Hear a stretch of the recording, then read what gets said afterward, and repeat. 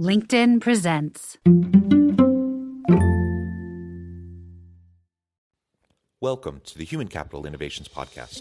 We're your source for personal, professional, and organizational growth and development, where we share original research, explore industry trends, and interview executives and thought leaders from across the globe. We hope you join us often for practitioner-oriented content around all things related to leadership, HR, talent management, organizational development, and change management. Maximize your personal and organizational potential with Human Capital Innovations Podcast.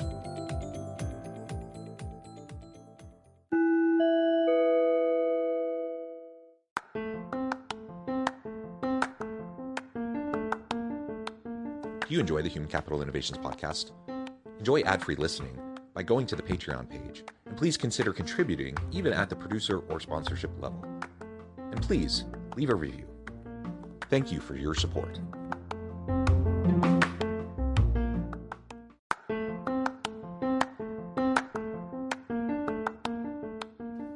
Welcome to the Human Capital Innovations Podcast. In this HCI Podcast episode, I talk with Reneé Smith about creating an organizational culture of openness, safety, and transparency.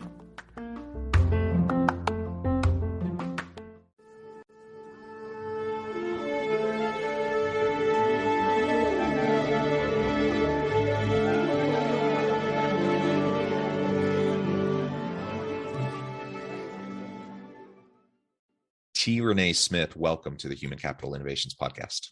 Hello, everybody. Thank you for having me, John. It is such a pleasure to be with you today. I'm super excited.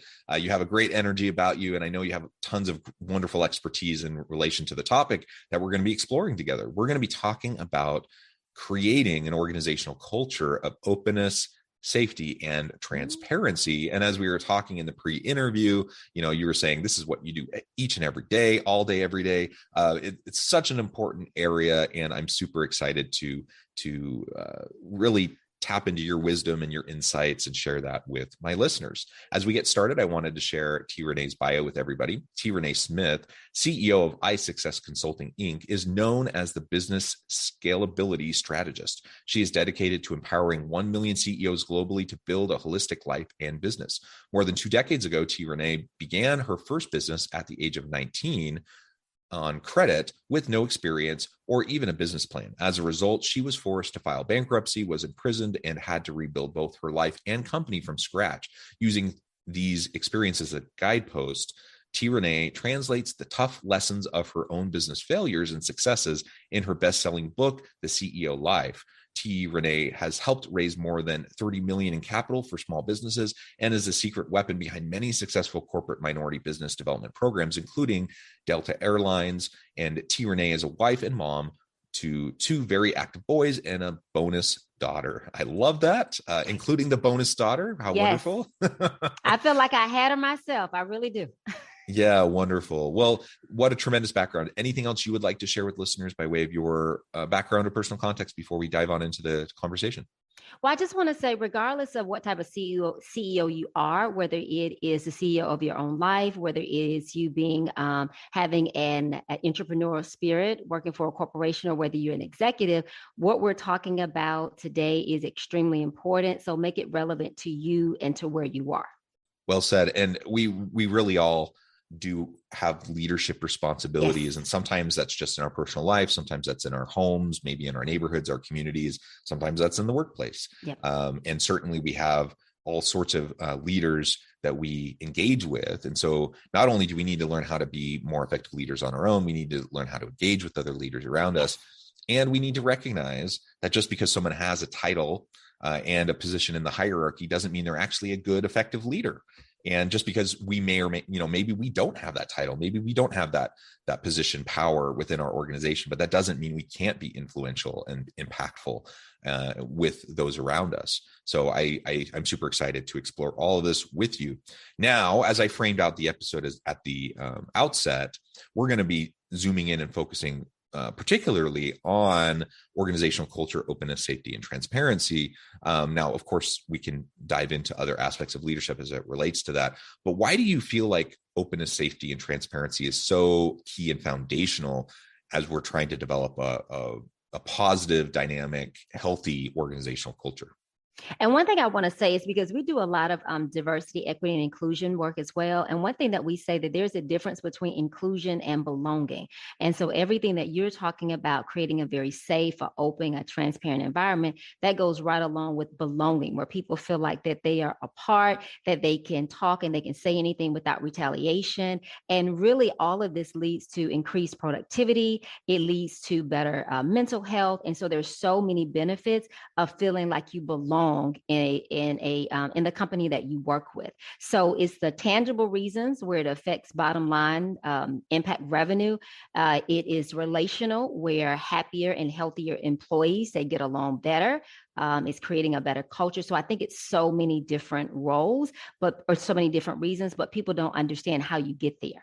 So it doesn't just happen. People think that you can just roll out a training, in a corporation to talk about belonging and it happens, but it's so much more than that. It always starts from the top down, from what your leader is executing and their behavior. So starting from the executives all the way down to the leaders, and then what you really instilling in your employees. So in order to create a culture, you have to, number one, have leaders that believe in a culture of safeness, belonging, authenticity, because a lot of organizations are very hypocritical, where they tell the leaders or they tell their employees that they want to be very transparent. They want them to be very open, but leadership is not doing that. They may be working on a merger, or they may be working on downsizing people, or any of these things, and they're not being very authentic. So when we talk about building this culture, it is from a top down. You cannot create an organization of safety and belonging if it's just at the employee level.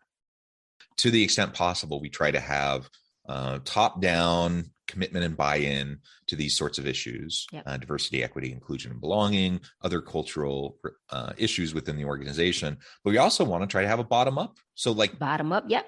Simultaneously, top down commitment, bottom up kind of grassroots push to sometimes encourage perhaps yes. upper management and leadership to recognize these are really important issues to us as employees, and that this isn't something to be overlooked. And when you kind of have both the energy both ways, you have a much higher chance Absolutely. Of something really taking hold. And to your point earlier, whether it's with diversity, equity, inclusion, and belonging, workshops and trainings and, initiatives within an organization, or team building, or just some sort of OD transformation or organizational change generally, regardless of what it is, this isn't a one and done kind of a situation. It's not like you can just say, okay, everyone, we're going to hold an all teams meeting, all hands meeting. Everyone from the team is coming. We're going to talk about creating a culture of openness, safety, and transparency.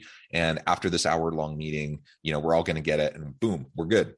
We can move on. No, that's not how it works. That's not how it ever works. And anyone listening who's ever been, working with a team or within an organizational setting, you recognize that the absurdity of that notion. Yet that's how we often function. That's how leaders often try to roll out things within their business. That's often how team leads will try to do things within their smaller team. And it's not out of bad intention. Like, I think people want the change to stick, but they don't really know how to do it. They don't know how to make sure it's sustainable. And ultimately we end up spinning our wheels, doing a lot of work for something that's never going to take hold, because we don't have an actual implementation kind of long-term plan for how we want to go about doing it. And we don't reinforce it over time. And so of course it doesn't stick. And we just kind of go back to whatever the status quo was before. I totally agree. And what happens is you have competing priorities, because everything has to be done. And if it's not part of the business strategy, you can definitely, I totally agree with the bottom up approach, the top down approach, the approaches in between, but it has to be part of the business strategy, or it has to be an initiative that is of importance to be able to create a culture of safety. Because like you said, you have to ingrain it in the fabric or in the DNA of the entire culture, from how you do interviewing and hiring, to your team meetings, to leaderships, to project management. Like, you are really creating a culture shift. And so you think about it, these are habits that people have. This is the behavior that they had. So you really are looking to do a behavior change.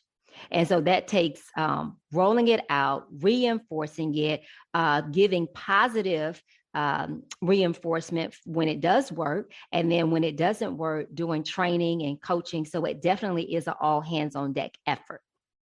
And then number two, you have to really able to be honest and define what your culture currently is. So you can have a baseline and then create a vision of the type of culture that you want. What does safety look like? What does belonging look like? What does authenticity look like? What does transparency look like for our organization?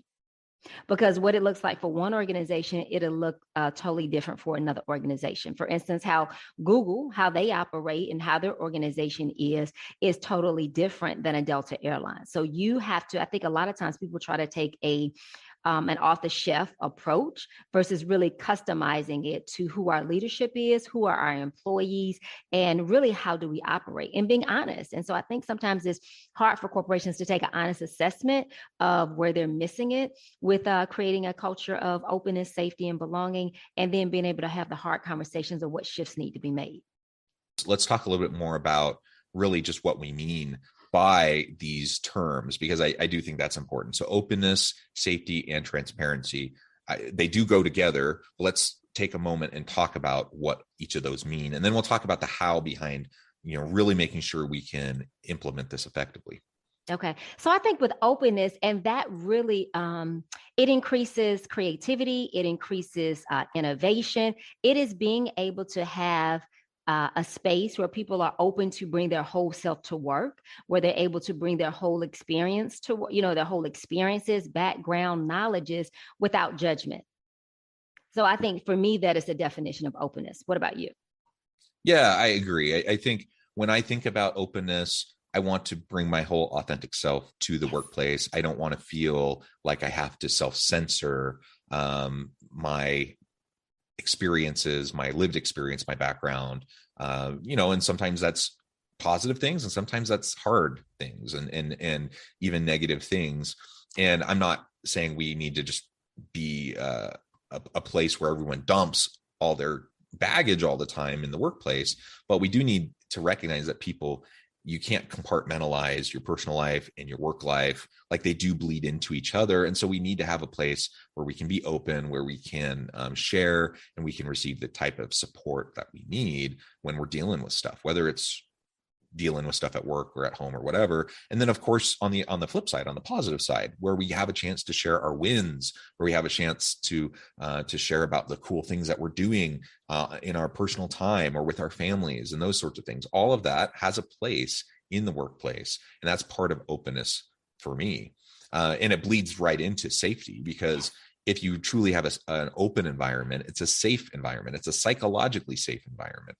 It's one where I feel like I can share my perspective, and I don't expect everyone to agree with me, just like they don't expect me to agree with them. And we have that kind of security in ourselves, and kind of a psychological maturity that we can be there safely with each other and share our perspectives. When we can share our perspectives in that way, we're also able to be more open with each other because we've developed trust over time. Yes. And I think too, with the safety, it is validation, not condemnation, meaning that your experience is your experience. Your story is your story. My experience is my experience. My story is my story. And so nobody gets to tell us that how you're perceiving something is wrong. It may not necessarily be the truth or the actual facts, but for you, how you experienced it is valid to you. So even when you deal with workplace conflict and you may have somebody that gets offended at something that was said, and a person can say, well, I didn't intend, that was not my intention, but the person still got offended, it still hurts them. Their story is valid. Their experience is valid. So you can't say to them, you can't feel like that. You shouldn't experience that. You can say that was not my intention. I didn't intend to do it. So just making sure that in a safe space, everybody gets to own their own story. Everybody gets to own their own experience. Everybody gets to own their own perception. And you're able to validate a person for that. Now, it may not necessarily be what you experience. It may not necessarily be the hardcore facts, but for them, that is their perception. And so in a safe space, being able to validate that is a person's perspective, and then being able to work through it where we have a common understanding.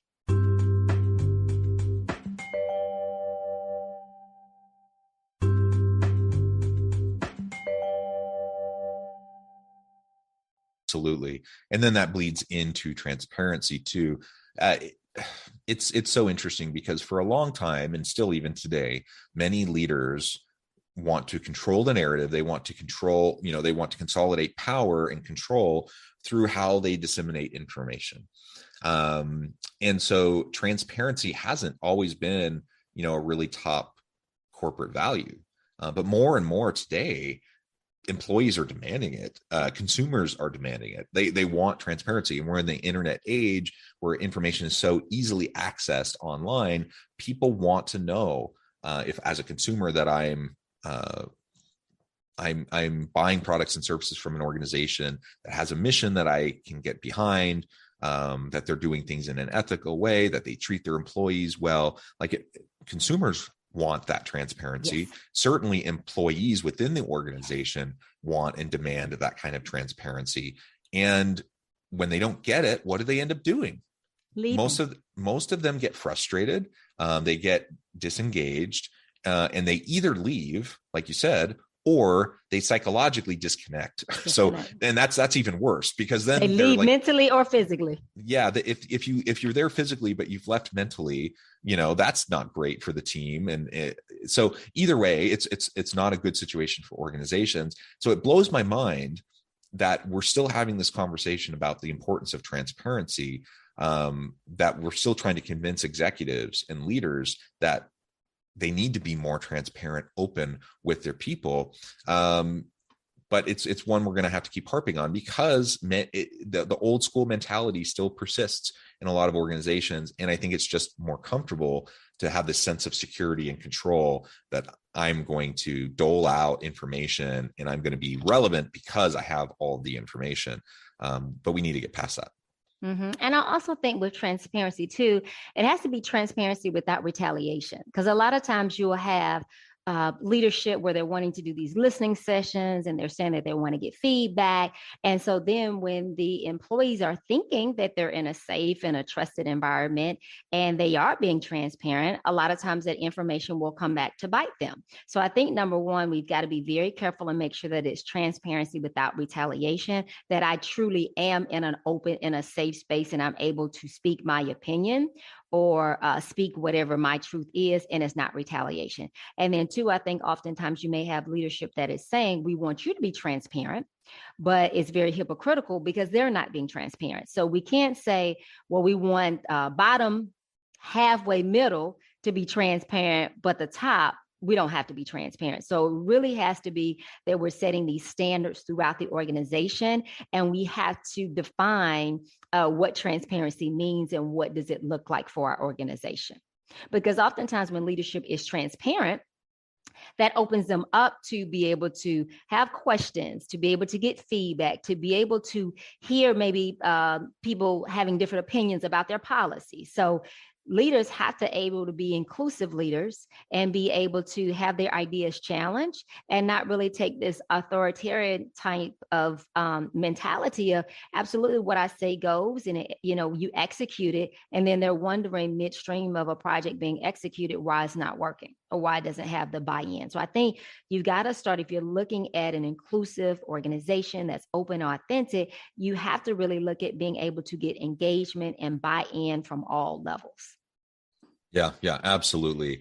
And yes, transparency goes both ways. I talk a lot about the importance of mutual accountability and trust in the workplace, right? And that part of that is transparency that goes both ways. We're mutually accountable to each other. And what you just said is so important. So often organizations talk about accountability. They talk about, metrics and abiding by policies, practices, procedures of the organization, all of these things, transparency. And then it's really just one directional. It's unidirectional, and it's only the lower level managers and employees that are expected to follow it. And there's like two tiers, and there's one set of rules for the executives or senior leadership, and there's a completely different set of rules for everyone else. And that kind of hypocrisy just doesn't fly. People see through it a mile away. And it's one of the things that honestly, it demotivates people so Yeah. quickly when you're given lip service to these important values that are apparently are so important to the organization, like openness, safety, and transparency, accountability, trust, those sorts of things. And then it's only used to punish people below, but there's no accountability above. And so we need to get past that. Transparency, of course, is important, both directions. And leaders, I think, need to look hard, take a good, hard, long look at themselves in the mirror. Are you being transparent enough? Or do you tend towards more of an authoritarian kind of a style? Do you tend more towards kind of power control with the information that you have? Or are you more open and democratic with the information? Recognizing that, sometimes that means people are going to know things that you wish they didn't know, and they're going to end up pushing back in ways you wish they didn't push back. Yeah. But guess what? People will trust you more. They will follow you more because they trust you. And that's going to lead to better outcomes for the organization. And sometimes it means you're going to have to work through sticky issues. And sometimes they're going to point out things that need to be pointed out. And that's ultimately going to be good for the organization in the long run as well. You said it all. I don't have anything else to say. Well, good. So we've talked a lot about the importance of openness, safety, and transparency. Now, and we even talked a little bit in general terms about the importance of buy-in, top down, bottom up, making sure that this isn't a one-off kind of a thing, but we have like an actual strategy around how we're going to try to accomplish this. So those are pieces of the how. Let's now spend the rest of our time talking a little bit more in detail about how can we go about doing this? How can we really, truly create an openness culture within my team? How can we have psychological safety, and how can we be more transparent in our team right now, today? What can we start to do? Well, I think you just gave the biggest nugget, which was take an honest and a hard look at yourself, because leadership starts from within and then it goes without. So oftentimes we are looking to hold people accountable for things that we don't even hold ourselves accountable for. So as a leader, the very first thing that you have to do, and this is a leader in any kind of role, a mother, a father, an executive, an employee, whoever it is, number one, take an honest hard look at yourself and say, am I personally representative? Are the things that I do representative of safety, authenticity, transparency? Are the things that I do and how I show up, is it contributing positively to that type of environment, or is it negatively? So we're talking about, we don't even have to talk about the CEO, COO, or all the C-suites. Just look at where you are now. And as a contributor to a team, or as someone leading a team, am I showing up like that? And if not, then the very first thing that you need to do is an honest assessment with yourself and say, maybe I am being more critical. Maybe I am being retaliatory when someone is trying to give positive feedback or 360-degree feedback. And so I don't create an environment. Maybe I interrupt people, when they're talking. And so they don't feel like, maybe I offer advice when people aren't even asking for advice. So number one is do a self-assessment and see what things are you doing that are negatively contributing to not building this safe space. And then once you make the necessary changes that you need to make, then now we can start looking outward. So number one is to take an honest, hard look at yourself, and then be honest if you're willing to make the changes required, and are you committed to making the changes to show up differently. So don't expect from somebody else what you don't do yourself. And it's a hard thing because nobody's perfect. And certainly I don't need to be perfect before I start to try to expect things from other people. But you're absolutely right. Like, focus on yourself first, focus on being where you need to be, and recognize you don't need to reach perfection, and you need to be patient with yourself as well. And then while you're learning and growing in your own capacity to do these things better, you then can simultaneously model openness, transparency, and safety for your team, and you can start to expect more from them. And frankly, you're going to learn and grow together. You're going to misstep together, and you're going to have to make course corrections together, and that's part of the transparency, openness, and safety, right?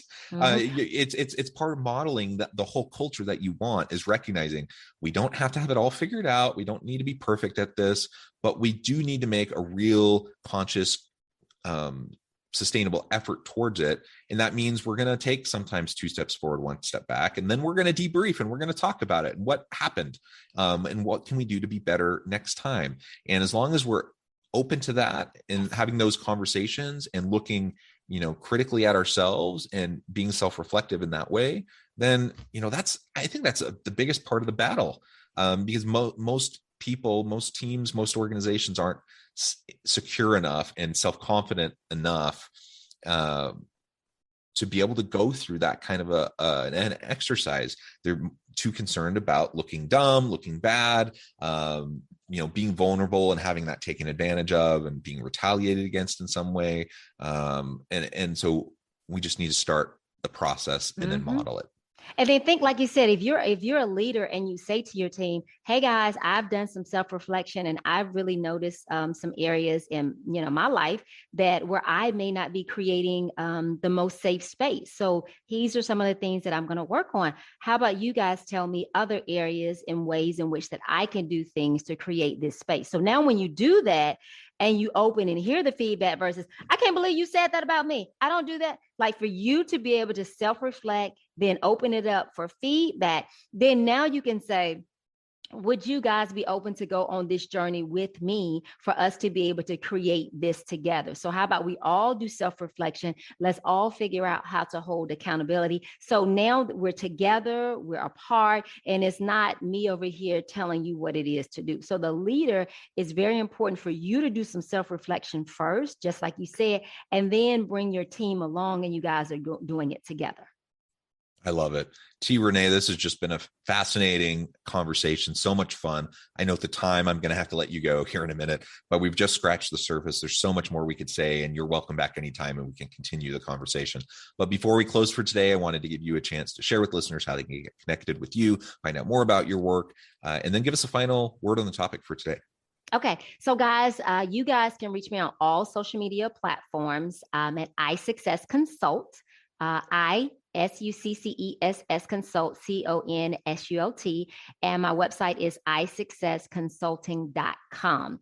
And the one thing that I would lead with you guys too is when you're looking at creating a very safe space or very a culture of transparency, you really have to, number one, just be open. And like you said, John, realize that it is a process. It is not something that is going to happen overnight. But if you're very honest and you're very upfront and you're very open, little bit by little bit by little bit, it can be established. So look at those little wins and don't just, paint this whole big picture of where you're wanting to get to. Have that vision, but just take it step by step, day by day, and celebrate the wins.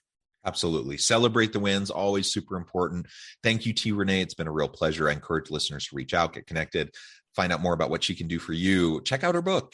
Check out the many cool resources that are available. And as always, I hope everyone can stay healthy and safe, that you can find meaning and purpose at work each and every day. And I hope you all have a great week. Thanks again for joining us for this episode of the Human Capital Innovations Podcast. I hope you stay healthy and safe and that you have a great week.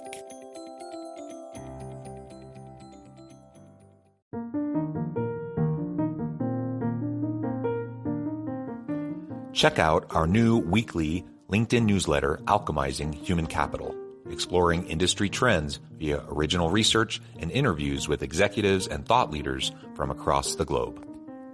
We look forward to having you join us.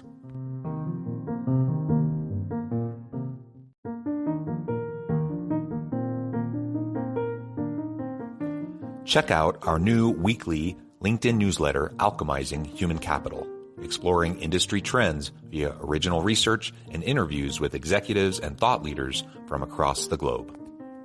We look forward to having you join us.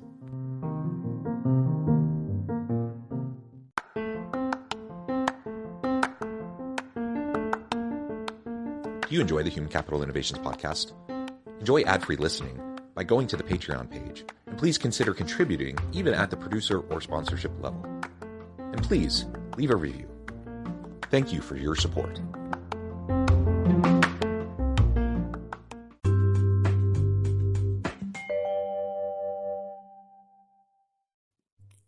Thanks again for joining us for this episode of the Human Capital Innovations Podcast. I hope you stay healthy and safe and that you have a great week.